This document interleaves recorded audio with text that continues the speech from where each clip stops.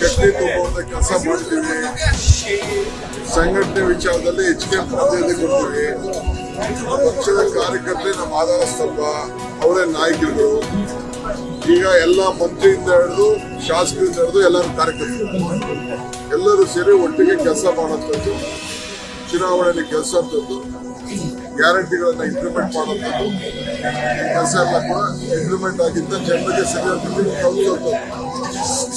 ಇಷ್ಟು ಕೆಲಸನ ಪ್ರತಿಯೊಂದು ಬೂತ್ನಿಂದ ಹಿಡಿದು ಎಲ್ಲ ಕಡೆನೂ ಮಾಡಬೇಕು, ಸಮಾವೇಶಗಳು ಮಾಡಬೇಕು ಅಂತ ತಿಳಿಸಿದ್ರು. ಸರ್, ಈಗ ರಾಮ ಮಂದಿರ ಉದ್ಘಾಟನೆಗೆ ಹೋಗದೇ ಇರುವಂತ ತೀರ್ಮಾನವನ್ನ ಎಐಸಿಸಿ ತೆಗೆದುಕೊಂಡಿದೆ.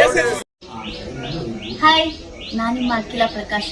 ಕನ್ನಡದ ಲೇಟೆಸ್ಟ್ ನ್ಯೂಸ್ಗಳಿಗಾಗಿ ಸಬ್ಸ್ಕ್ರೈಬ್ ಮಾಡಿ ಟೈಮ್ 9 ನ್ಯೂಸ್ ಯೂಟ್ಯೂಬ್ ಚಾನೆಲ್. ನಮ್ಮ ನಡೆ ನ್ಯಾಯದ ಕಡೆ.